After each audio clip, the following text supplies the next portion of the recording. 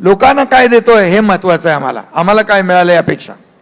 शिंदे साहेब, तुम्ही आणि फडणवीस साहेब जेव्हाही तुम्हाला प्रश्न विचारतो तेव्हा तुम्ही खूपच सामंजस्याची भूमिका घेत असता. त्यामुळे उत्तर खरं तर आम्हाला मिळत नाही, पण समोर जे दिसतं ते हे आहे की ठाण्यामध्ये भाजपनं प्रचंड जोर लावलाय. तो ते लावू शकतात, ते एक स्वतंत्र पक्ष आहे, असं तुम्ही उत्तर मला द्याल. त्यामुळे ते मी तुम्हाला आधीच सांगते. पण असं आहे की ते करत असताना गणेश नाईक जी वक्तव्य करतात त्या वक्तव्यांकडे तुम्ही कसं पाहता? ते वक्तव्य मित्रपक्ष असताना, सरकारमध्ये एकत्र असताना तशी वक्तव्य करण्याची गरज आहे का? तुम्ही हे बघा, मी मुख्यमंत्री झाल्यापासून आता कोण काय वक्तव्य करतं याच्याकडे मी कधी लक्ष दिलं नाही. आता विरोधी म्हणजे मुख्यमंत्री असताना काही लोक तर म्हणजे त्यांना मुख्यमंत्री झालेलं म्हणजे पचलंच नाही. म्हणजे मुख्यमंत्री झालो हे मान्यच करत नव्हते. म्हणजे सारखे हे बेकायदा घटनाबाह्य मुख्यमंत्री, सरकार आज पडेल, सरकार उद्या पडेल, सरकार परवा पडेल. त्यांना काही चांगला खरा ज्योतिषी भेटलाच नाही. आणि 2.5 वर्ष मी मुख्यमंत्री म्हणून काम केलं. आणि मी बघा, आरोप आणि टीका याच्याकडे लक्ष देत नाही. मी काम करणारा कार्यकर्ता आहे, कामाला महत्त्व देतो, कामावर फोकस करतो. आणि म्हणूनच या राज्यातल्या लोकांना न्याय देता आला.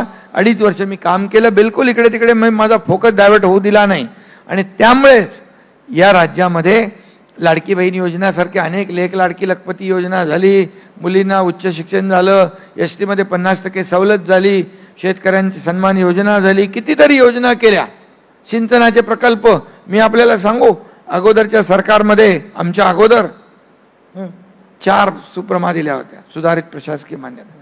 आमच्या काळात 187 दिल्या सिंचनाचे प्रकल्प.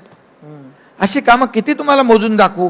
त्यामुळे बिलकुल आमच्या कामावर फोकस आहे, बिलकुल इकडे तिकडे नाही. कोण काय बोलतो तिकडे लक्ष द्यायचं नाही, आपलं काम करत राहायचं.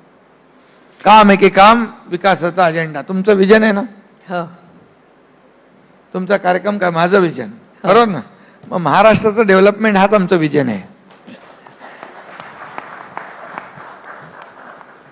लोकसभेच्या निवडणुकीमध्ये आणि विधानसभेच्या निवडणुकीमध्ये वाटाघाटीमध्ये जागांचा जो वेळ गेला तो लक्षात घेता बीएमसीच्या वाटाघाटी मला वाटतं आता पूर्णच झाल्या असतील तुमच्यामधल्या.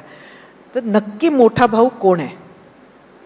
हे मोठा भाऊ, छोटा भाऊ, हे सगळे तुम्ही मीडियावर सगळं चित्र निर्माण करता.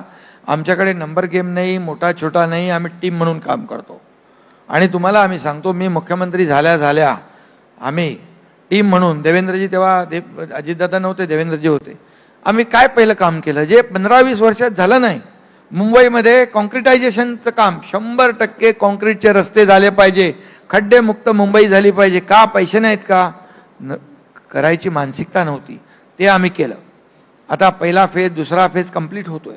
सिवरेज ट्रीटमेंट प्लॅन आतापर्यंत नव्हते, आमच्या काळात सुरू केले. मेट्रोला स्टे दिला होता, कारशेडला स्टे दिला होता. या ठिकाणी कोस्टल कसा चालला होता आपण पाहिलं, अटल सेतू स्टे, बुलेट ट्रेनला स्टे, का सगळीकडे स्टे होता. आम्ही सगळं हटवून टाकलं. आज बघा, तुम्ही कोस्टल रोडनी जाता ना, नक्कीच हो, झालंय ना चांगलं. त्यामुळे असे प्रकल्प आम्ही पूर्ण मुंबई नाही, मुंबईमध्ये महाराष्ट्रात राबवले. पण मुंबईला आम्ही आरोग्य यंत्रणा सुधारली. डीप क्लीन ड्राईव्ह कधी झाला होता? मुंबईचे रस्ते पाण्याने, पिण्याच्या पाण्याने नाही, रिसायकल वॉटरने धुण्याचं काम, स्वच्छ करण्याचं काम. आता यापूर्वी काय होतं, इतर लोक फक्त मुंबईची तिजोरी धुत होते, आम्ही रस्ते धुतले. याचा आनंद आहे आम्हाला. मुंबईकरांना आपण चांगल्या सोयी सुविधा देणं, याचा फायदा आपल्याला, आणि याचा फायदा नक्की होणार. पण जागा वाटपाचे निकष ठरले का? हे बघा, आमच्याकडे इलेक्टिव्ह मेरिट, आणि ज्या ठिकाणी जो पक्ष, आता बघा यामध्ये मुंबईमध्ये महायुतीने जे केलेलं काम आहे हे सर्वश्रुत आहे. आणि कोणी किती काही म्हटलं तरी सुद्धा महायुतीच मुंबईमध्ये जिंकणार. कामाच्या बलबुत्यावर, कामाच्या जोरावर. जे 10, 15, 20 वर्षात त्यांना दिसलं नाही ते आम्ही आता दाखवलं, करून दाखवलं. असं वाटत होतं मध्ये तुमच्या ज्या काही भेटीगाठी तुमच्या होत होत्या, उदय सामंतांच्या होत होत्या राज ठाकरेंबरोबर, त्यानंतर असं वाटत होतं की कुठेतरी महायुतीच्या जवळ राज ठाकरे येत आहेत. मात्र आता सध्या जे बदललेलं चित्र आहे त्याच्याकडे तुम्ही कसं पाहता? म्हणजे एक परिवार म्हणून वेगळी गोष्ट आहे, जे सगळे राजकारणी म्हणतात आहेत की दोन भाऊ एकत्र आले